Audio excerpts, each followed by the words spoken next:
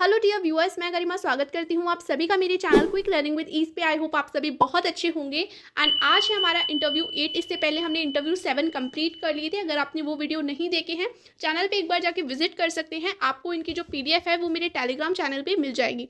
Start करते हैं आज की वीडियो को बिना देरी के। आज का जो हमारा पहला क्वेश्चन है वो ये है कि मैम, अगर आपकी कक्षा में कोई ऐसा बच्चा है जो कि क्लास को डिस्टर्ब करता है, या फिर आप जब कोई लेसन पढ़ा रहे हैं उसके बीच में सीट से खड़ा हो जाता है, या फिर आपने नोटिस किया है कि किसी पर्टिकुलर पीरियड में एक बच्चा कुछ ऐसी एक्टिविटी करता है जिससे कि क्लास डिस्टर्ब हो, ठीक है, जिससे कि बच्चे क्या है डिस्टर्ब हो जाए, उनका ध्यान उसकी तरफ चला जाता है और टीचर भी डिस्टर्ब होता है। तो अगर ऐसा बच्चा आपको दिखाई देता है या आपकी नज़र में है तो आप क्या करेंगे? क्या आपका रिएक्शन रहेगा? क्या आप उस बच्चे को मारेंगे, डांटेंगे, उसके पेरेंट्स से कंप्लेन करेंगे, या फिर कोई और आपका एक्शन रहेगा? तो यहाँ पे देखिए, सबसे पहले आपको कैसे आंसर करना है। अगर इस तरीके का आपसे क्वेश्चन पूछा जाता है तो देखो, आपको ये क्लियर करना है कि सर, जो भी प्रॉब्लम है बच्चे की, हर एक बच्चे की अलग प्रॉब्लम होती है। हो सकता है कि वो जो एक्टिविटी ऐसी करता है या तो वो जानबूझ के करता है या फिर उसको कोई प्रॉब्लम है। तो हमको सबसे पहले क्या है, उस चीज़ को जानना पड़ेगा। तो देखो, सबसे पहले क्या है, सभी छात्र एक तरीके से नहीं सीखते और सभी छात्रों की जो कठिनाई है वो अलग अलग हो सकती है। इसका मीनिंग क्या है, जब आप जो भी टीचर जो पढ़ा रहा है या फिर मैं जो पढ़ा रही हूँ, हो सकता है कि उस बच्चे को वो ना समझ आ रहा हो, ठीक है, क्योंकि हर एक बच्चा अलग अलग तरीके से सीखता है। जिस तरीके से मैं पढ़ा रही हूँ, हो सकता है 10 बच्चों को समझ आ रहा है लेकिन 10 बच्चों को समझ नहीं आ रहा।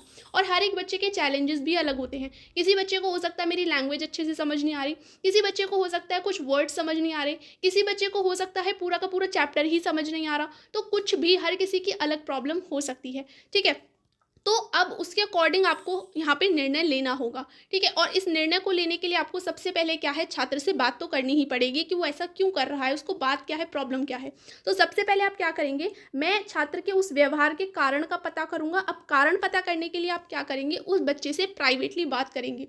ऐसा नहीं कि आप क्लास के बीच में सब बच्चों के सामने उसे शर्मिंदगी के तौर पर बात करें कि तुम बदतमीज़ हो, तुम ऐसी एक्टिविटी क्यों करते हो, तुम क्लास को ख़राब क्यों करते हो, तुम चुपचाप नहीं बैठ सकते, क्लास से बाहर निकल जाओ या क्लास में अपनी टेबल पे खड़े हो जाओ हाथ ऊपर करके, ठीक है। तो इस तरीके के जो भी वर्ड्स हैं आपको यूज़ नहीं करने, आपको उससे प्राइवेटली पूछना है। हो सकता है बच्चा कभी कभार मजाक मस्ती में करे, लेकिन हो सकता है कभी कोई सीरियस प्रॉब्लम भी हो सकती है। तो जब आप इस तरीके से अगर क्लास के बीच में पूछते हैं तो उस बच्चे को बहुत ज़्यादा शर्मिंदगी महसूस हो सकती है, या फिर बच्चे को बहुत ज़्यादा इसका बुरा प्रभाव पड़ सकता है, बच्चा रो भी सकता है, ठीक है। तो ऐसा नहीं करना, आपको प्राइवेटली पूछना है बच्चे से, ठीक है, कि बात क्या है, आप ऐसा क्यों करते हो, ठीक है। आपको समझ नहीं आता, आपको खुद से भी पूछना है, क्या आपको समझ नहीं आता चैप्टर, आपको पढ़ाई अच्छी नहीं लगती, मज़ा नहीं आता, कुछ भी प्रॉब्लम है, आपको उससे प्यार से पूछना है।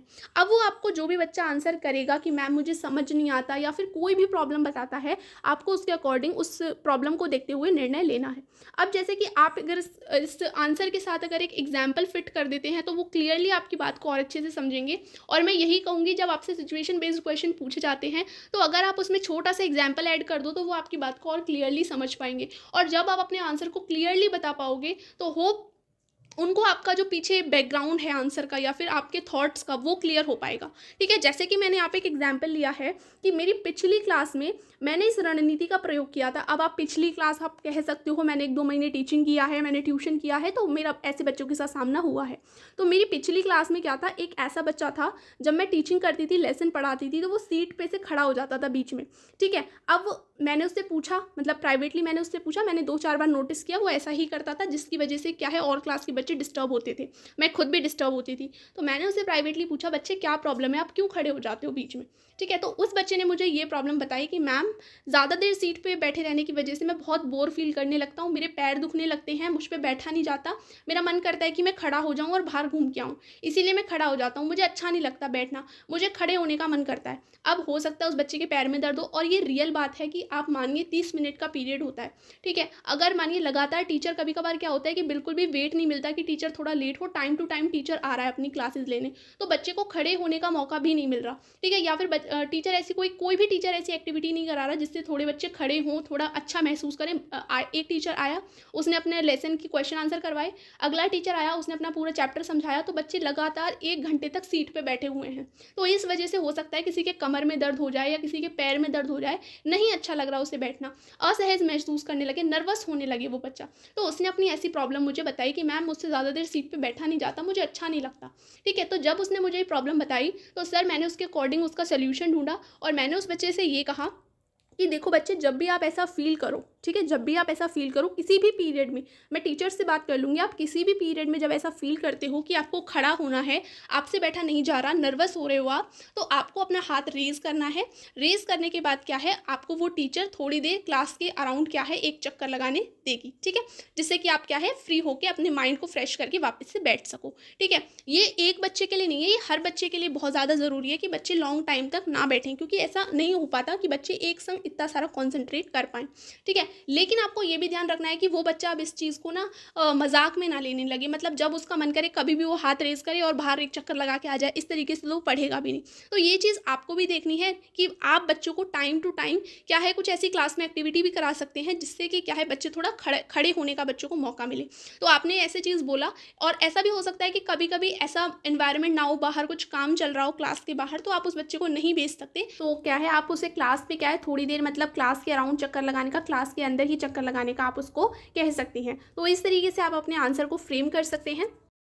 इसकी जगह आप कुछ और भी बता सकते हैं, लाइक आप मतलब आपको कोई एग्जाम्पल अगर आप ऐड करके बताएंगे तो क्या है, उनको थोड़ा समझने में और ज़्यादा आसानी होगी। तो मेन चीज़ मेरी ये है, आप थोड़ा एग्जाम्पल लेके बता सकते हो कि ऐसा मेरी क्लास में हुआ था, ऐसा कोई बच्चा था, तो मैंने ये कुछ प्लानिंग की थी जिससे कि क्या है, हेल्प हुई थी बहुत ज़्यादा, तो उनको क्या है, थोड़ा क्लियरली समझ आ जाएगी बात। नेक्स्ट क्वेश्चन है, शिक्षण के बारे में आपको सबसे अधिक निराशा किस बात से होती है, मतलब आपको टीचिंग करते वक्त सबसे ज़्यादा फ्रस्ट्रेटिंग चीज़ क्या लगती है, ये आपसे पूछा जा सकता है। तो देखिए, यहाँ पे आपसे वो ये जानना चाहते हैं कि आप कितनी जल्दी क्या है, घबरा जाते हैं। अगर आपको कोई ऐसी चीज़ दिखाई देती है कि बच्चे क्या है, थोड़ा इंटरेस्ट नहीं ले रहे हैं, तो आप घबरा गए कि मेरी टीचिंग अच्छी नहीं है, या फिर आप डिस्करेज होने लग जाते हैं, आपके अंदर जो एनकरेजमेंट है वो ख़त्म होने लगती है। तो आपको सबसे ज़्यादा चीज़ वो कौन सी है जो फ्रस्ट्रेट करने लगती है?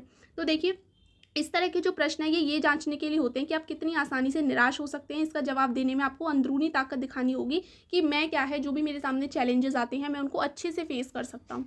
तो देखो, आपको सबसे ज़्यादा फ्रस्ट्रेटिंग चीज़ क्या लगती है, जैसे मैंने आपको एग्जाम्पल देके एक बताया है कि जो बच्चे थोड़े बुद्धिमान होते हैं लेकिन आत्मविश्वास से भरपूर होते हैं, ठीक है, और खुद पर काम नहीं करते, मतलब कुछ ऐसे बच्चे क्लास में होते हैं जो बहुत ज़्यादा मतलब इंटेलिजेंट तो होते हैं, फिर उनको इस चीज़ का थोड़ा क्या है, कॉन्फिडेंस ज़्यादा होता है कि हम ज़्यादा इंटेलिजेंट हैं, हमें तो सब कुछ आता है, ठीक है, तो वो अपने पे थोड़ा कम काम करने लगते हैं, मतलब यूँ सोचते हैं कि अरे मैं तो कर ही लूँगा, आराम से कर लूँगा, ये मेरे लिए कोई बड़ी बात नहीं है, और वो पढ़ाई भी क्या है, नहीं करते ढंग से, मतलब मैं तो एंड मौके पे पढ़ ही लूँगा, मुझे तो याद हो ही जाता है, तो वो क्या है, मेहनत नहीं करते हैं। तो ये चीज़ क्या है, आपको सबसे ज़्यादा निराश करती है, मतलब उन बच्चों की। तो मेरी पिछली क्लास में या स्थिति में ऐसे मेरे पास कई बच्चे थे जो कि क्या है, कोई प्रयास नहीं कर रहे थे, मतलब कि वो यही थे कि अपने आप में अपने आप को इंटेलिजेंट समझ रहे थे, बहुत ज़्यादा कॉन्फिडेंट समझ रहे थे, और मेहनत नहीं कर रहे थे, ठीक है। तो मैंने एक रिसर्च बेस्ड रणनीति बनाई जो छात्रों और विचारों को पाठ योजना में शामिल करती हो। अब ऐसे बच्चों के लिए क्या है, अगर आप एक सिंपल ढर्रा अपना रहे हैं अपनी टीचिंग का, तो वो उनके लिए बोरिंग हो सकता है, ठीक है, मतलब ये सिंपल समझ लीजिए, वो स्लो लर्नर्स के लिए हो सकता है अच्छा हो, लेकिन आपके जो भी क्लास में अच्छे बच्चे, इंटेलिजेंट बच्चे हैं, वो कहीं ना कहीं अपने आप को क्या है, उसमें ओवर कॉन्फिडेंट हो सकते हैं, क्योंकि उनके लिए वो चीज़ बहुत ज़्यादा ईजी हो जाती है। तो आपने क्या किया कि अपनी जो पिछली क्लास थी, आपने ऐसा देखा कि मेरी क्लास में कई सारे बच्चे ऐसे थे, ये आप उनको एग्जाम्पल देके बता रहे हैं जिससे कि वो क्लियर हो पाएँ थोड़ा। तो मैंने क्या किया, एक रिसर्च बेस्ड अपने लेसन प्लानिंग तैयार की।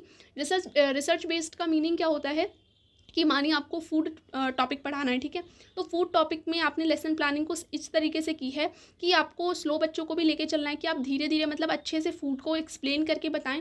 लेकिन जो आपके इंटेलिजेंट बच्चे हैं उनके लिए आपने क्या रखा है कि आपको घर से क्या करके लाना है, जो गुड फूड है या फिर जो ख़राब फूड है, ठीक है, मतलब जो हेल्दी फूड है या फिर जो नॉन हेल्दी फूड है, उसकी आपको 5 पिक्चर चिपका के लानी है, ठीक है। इसके बाद आप उन्हें क्या है, क्लास में कुछ ऐसा दे सकते हैं कि आपको ये चीज़ अभी मुझे लर्न करके दिखानी है, कि मैंने अभी आपको समझाया कि कौन कौन से हेल्दी फूड होते हैं, कौन कौन से नॉन हेल्दी फूड होते हैं, ठीक है। अब आपको एक बार पढ़ लेना है, मैं आपसे सुनूंगी कौन से होते हैं, ठीक है। तो आप उनको थोड़ा थोड़ा करके वर्क देते रहिए, और जो स्लो बच्चे हैं उनको पढ़ाते रहिए, ठीक है। मतलब वो अपने आप को ऐसे ना समझे कि अरे हमारा तो हो गया, हमारा तो कंप्लीट हो गया, तो रहने दो, हम नहीं कर रहे अब, ठीक है। तो आप उनको थोड़ा थोड़ा करके और अच्छे से, अच्छा मुझे इसमें से हार्ड जो भी वर्ड हैं वो देख के बताइए, जो आपको समझ नहीं आ रहे उनके नीचे अंडरलाइन करो, ठीक है, तो वो उसमें लगेंगे, ठीक है। आप घर से रिसर्च बेस में क्या दे सकते हो, मैंने आपको बताया, जैसे आप फोटो वाला दे सकते हो कि आपको चिपका के लाने, वो हर एक बच्चे के लिए, उससे उनकी क्लियरेंस और अच्छी होगी फूड के लिए।